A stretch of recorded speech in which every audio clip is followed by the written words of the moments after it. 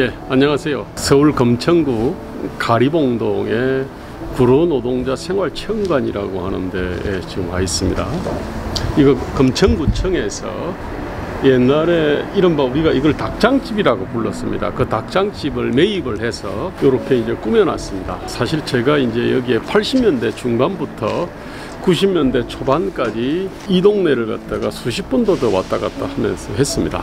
그리고 제가 첫 애를 갖다가 1990년에 낳았는데 그때 이제 여기서 좀 떨어져 있는 구로동에서 애를 낳고, 저는 여기 86년, 87년, 88년에 제가 이제 딱 요런 집에 들어가면은 이른바 닭장방이라 그래가지고요, 한 1.5 내지 2평짜리 문 열고 들어가면은 이제 연탄 화덕이 하나가 있습니다. 그리고 거기서 이제 부엌 겸 거기서 목욕도 하고요, 방 한 칸이었습니다. 1.5 내지 2평이 됐을란가요? 그러면은 이제 비키니 옷장 놓고 뭐 책상 하나 놓든지 이래가지고 이제 거기서 한 명 내지 이제 두 명이 이제 그렇게 살았습니다. 물론 이제 가난한 사람들은 거기서 아기를 갖다가 낳고 3인 가족이 살기도 그렇게 했습니다. 저도 이제 86년부터 88년, 89년까지는 제가 이제 바로 또 요런 집에 제가 살았습니다. 어떻게 보면은 저한테는 일종의 어떤 청춘의 어떤 고향 같은 데라고 할 수가 있습니다. 지금은 주거 환경이 이제 많이 이제 개선이 되면서 이제 이런 집들이 이제 거의 다 없어졌습니다. 그래도 이제 과거 역사 유적처럼 된 거죠. 그래서 이제 여기를 갖다 금천구가 매입해 가지고 지금 이렇게 살려둔 것 같습니다. 제가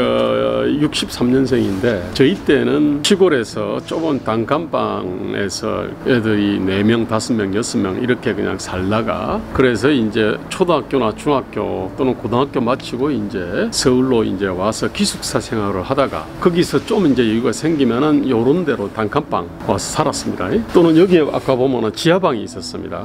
저도 이제 지하방에서 오랫동안 좀 살았는데 그 지하방에 있다가 그러면서 이제 돈 좀 모아가지고 지상으로 올라옵니다. 주인집이 2층에 살면은 그 밑에 1층이나 반지하는 이 세입자들이 사는 거죠. 이제 그러면서 이제 방을 좀 늘려가지고 전세로 오고, 그 다음에 이제 17평, 15평 아파트로 가고, 이런 어떤 계층 상승의 어떤 사다리가 사실 살아 있었습니다. 저희 세대까지는 지나간 역사로 보면 조선 말기 이후로 보면은 정조 할아버지보다 할아버지가 잘 살고, 할아버지보다 아버지 세대가 잘 살고, 아버지 세대보다도 이제 저희 세대가 잘 살았습니다.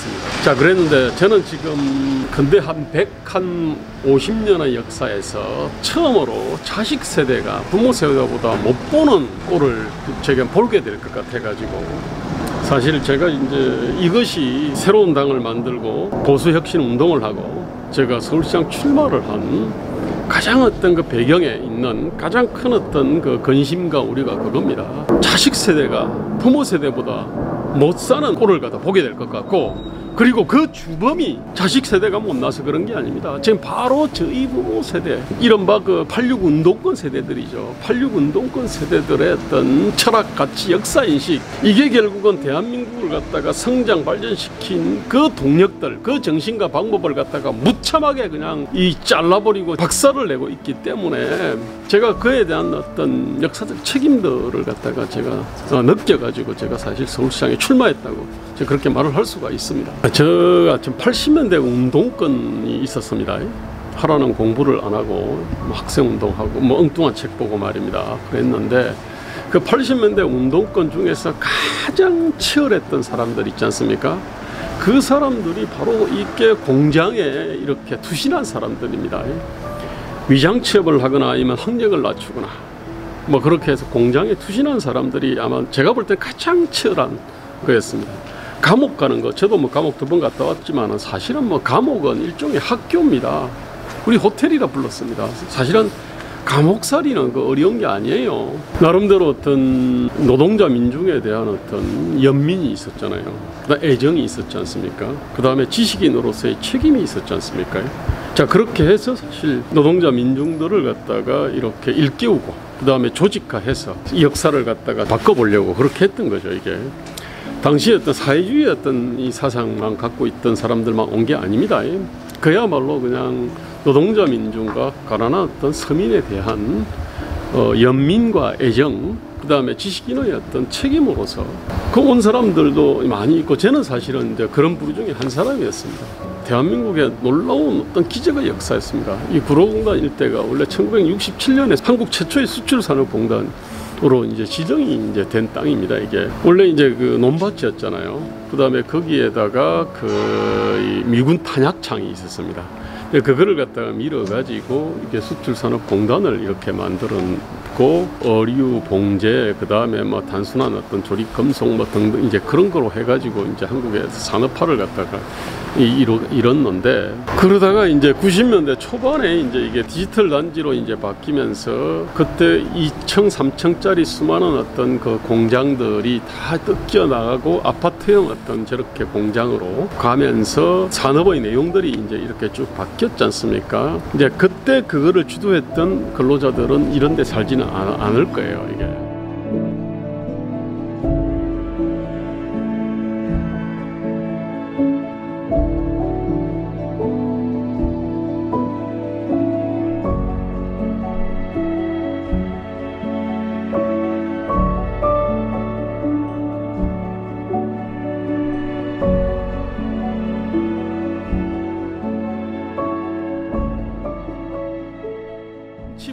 현재 그 현실 정치인 중에서 제가 구로구, 검천, 부평 일대에서 위장 취업을 해봤던 사람은 저 말고는 별로 없는 것 같아요. 위장 취업을 해가지고 아마 요런데 밑에 그 닭장방 반지하에 살거나 아니면은 여기 1.5 내지 2평짜리 방에 이렇게 살았던 사람은 아마 제 밖에 없는 것 같아요. 산업에 대한 고민, 지금 여기가 일종의 천지개벽을 2번 한 겁니다. 논밭이 그야말로 구로공단으로 이렇게 쫙 바뀌어가지고 1977년 당시에는 한국 수출의 10%를 갖다가 이 구로공단에서 했습니다. 이게 뭐 10여만이 넘는 사람들이 여기 공단에 이제 이렇게 해서 일을 했지 않습니까?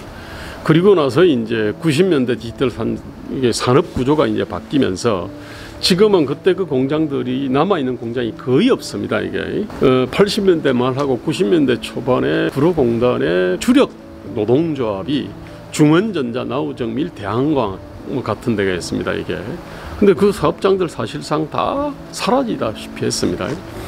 그렇게 해가지고 지금 또 한 번의 상전백회가 일어난 겁니다. 이게 지방의 어떤 부동산 값은 안 오르거든요. 아파트 값 안 오릅니다. 그런데 서울만 지금 오르는 겁니다. 이게 근데 이건 한편으로는요, 서울은 그래도 이런 식으로 산업구조의 어떤 변신들을 어느 정도는 했다는 얘기고요, 다른 지방도시는 그걸 갖다 못하고 잘 못했다는 얘기입니다.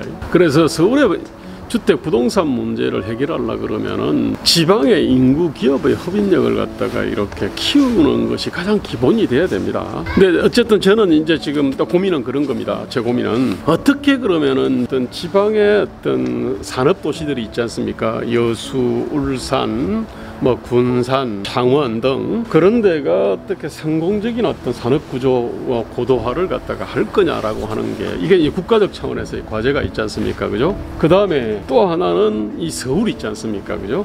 서울은 다시 한번 뭐 그런 대로 1차 잘했고 2차까지 그런 대로 했는데 또 한 번에 변화들을 요구를 받고 있지 않습니까? 그거는 중국과 더불어서 베트남이나 우리 후발 개도국들이 우리의 어떤 주력 산업들을 갖다가 하고 속착의 어떤 추격에 없고 어떤 거는 앞서 나가기 때문에 그렇습니다.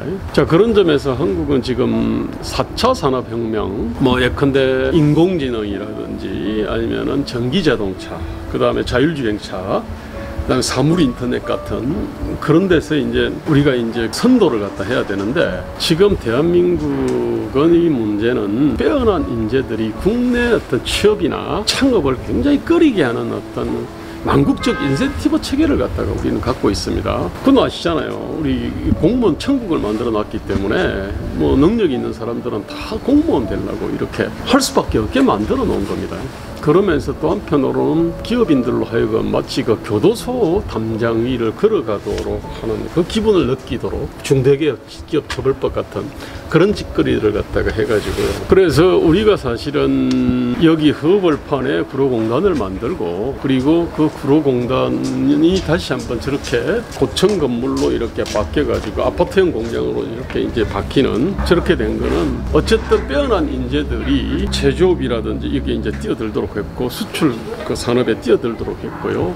국내 어떤 취업이나 창업에 이렇게 앞장서도록 만들었는데 지금 이제 그것이 지금 완전히 그냥 꺾였다고 제가 볼 수가 있습니다. 그리고 이제 그 기업인들도 국내에서 정말로 사업하기 싫게 만들어 놨거든요. 이게 결국은 운동권의 어떤 철학가치, 역사인식의 어떤 필연적인 귀결입니다. 왜냐하면 운동권의 어떤 철학가치라고 하는 거는 노동자들이 못 사는 거는 자본가들이 착취하기 때문이라는 생각들을 갖다 했고요. 노동자들이 단결하고 투쟁하면은 근로조건이 개선될 수 있다라고 하는 어떤 그런 생각들을 갖다 갖고 있었거든요. 옛날에 뭐 서울에 있는 뭐 좀 이름 있는 대학들 같은 경우는요, 정말로 지금 대기업들이 구인난에 시달렸거든요. 그러다 보니까 다 골라갔습니다. 이게 지금은 아마 어떤 그 대기업 취업하려면 50대 1, 100대 1 막 그냥 뭐 이렇게 해야 될 거 아닙니까? 그죠? 그 엄청나게 많은 기회를 갖다가 누렸는데 바로 이제 그 많은 기회를 받아먹고서 구세대들한테는 완전히 그냥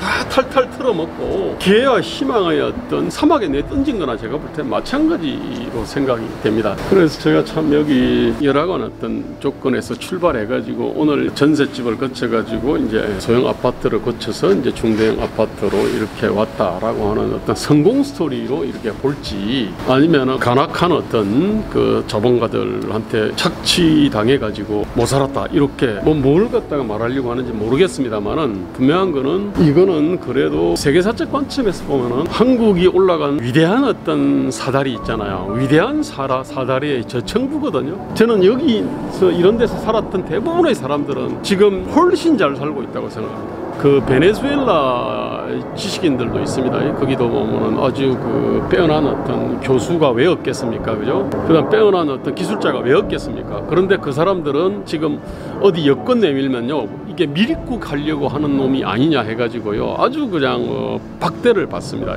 그런데 한국 여권은 전혀 그렇지 않거든요. 저는 한국에서 그래도 가장 어떤 열악한 삶을 살았던 사람들, 못 배웠고 가난한 어떤 부모를 만났던 사람들, 그런 사람들조차도 구로공단에 취업을 이렇게 해가지고 자산을 형성하고 지금 번듯한 아파트를 갖다가 다 살고 자식들은 다 대학에 나 보냈을 거, 대부분은 그렇게 했다고 생각합니다. 그랬는데 나라가 베네수엘라처럼 이렇게 꺾여버리면은 그저 가장 부유층, 가장 많이 배운 사람들조차도요, 전 세계적으로는 멸시천대를 받게 돼 있습니다. 지금 우리 대한민국이 지금 제4차 산업혁명에 대해 가지고 여기까지는 뭐 다 왔는데 4차 산업혁명에 대해 가지고 제대로 대응을 우리가 못하게 되면은요, 지금 우리가 이렇게 기른 가장 빼어난 우리 자식들, 그 자식들도 천덕꾸러기 신세가 될 수가 있습니다. 중국인들한테 깔보이고 일본인들한테는 도대체 상대가 안 될 정도의 어떤 후진국이 되고 말입니다. 동남아나 중앙아시아의 어떤 그 근로자들의 하듯이 말입니다. 혹시 이 사람들이 불법 체류하려고 하는 것이 아닌지 그렇게 해서 이제 그 감시받고, 한국의 지금 이제 그 운동권 건달 정치죠. 사실은 완전 시대착오적인 철학 가치로 무장한 운동권 건달 정치를 청산하지 않는다 그러면은 우리는 10 내지 20년 안에 우리의 어떤 자식 세대들이 정말 일본이나 중국이나 동남아나 이런 데서 정말 천덕꾸러기가 될 수 있다고 생각을 하거든요. 나라가 안 되면요, 가장 빼어난 사람들도 베네수엘라처럼 말입니다, 천대받는 겁니다. 그러나 나라가 융성하면은 가장 못 배우고 가장 가난한 어떤 이 부모들을 갖다가 만나고 여러 가지 장애가 있는 사람들조차도 나름대로 어떤 자유롭고 풍요로운 그런 삶을 살 수 있다고 생각을 합니다. 저는 오늘 여기 구로공단 체험관 와가지고요, 우리 세대가 이렇게 받아둔 준엄한 과제에 대해서 한번 생각을 해보고요, 기적을 이뤄냈던 우리의 위대한 아버지 세대와 할아버지 세대에 대해 가지고 한편으로는 제가 존경하면서 또 한편으로는 대단히 어떤 죄송스러운 마음을 가지고 있습니다. 그분들이 일으킨 어떤 이 산업, 그 다음에 자유와 권리, 참 위대한 나라를 저희 세대, 그것도 이른바 그 운동권이 성찰 반성을 갖다가 제대로 안 한 운동권이 그냥 몽땅 말아먹고 있는 것 같아가지고 말할 수 없이 제가 사실은 착잡합니다. 그래서 제가 자유민주당을 만들고 서울시장에 출마를 했습니다. 물론 솔직히 굉장히 어렵습니다. 서울시장 선거는 개인의 힘으로 할 수 있는 선거가 아닙니다. 또 개인의 힘으로 안 되고요. 당이나 세력의 어떤 뒷받침이 있어야 되는데 현재로서는 자유민주당이 당력을 모아가지고 그 서울시장 선거를 할 수 있을 만큼 그렇게 이제 그 강성하지는 못한 것 같습니다. 지금은 비록 미약하지만 어쨌든 저희는 기본과 원칙이 바로 어떤 정당이고요. 그 다음에 우리 바른 역사 인식과 현실 인식을 가지고 있고요. 그 다음에 어떤 산업과 고용과 시장에 대한 어떤 이해가 굉장히 높다고 이렇게 이제 생각을 합니다. 시간과 더불어서 점점 어떤 강대한 정당이 돼가지고 궁극적으로는 전 대한민국을 책임질 수 있는 정당이고, 그래서 다시 한번 대한민국을 위대하게 만들 수 있는 그런 정당이다. 우리 아버지 세대와 할아버지 세대에 부끄럽지 않고 우리 자식 세대에 부끄럽지 않는 그런 나라를 만들 수 있다고 그렇게 저는 자부합니다. 하겠습니다. 그런 나라를 만들겠습니다.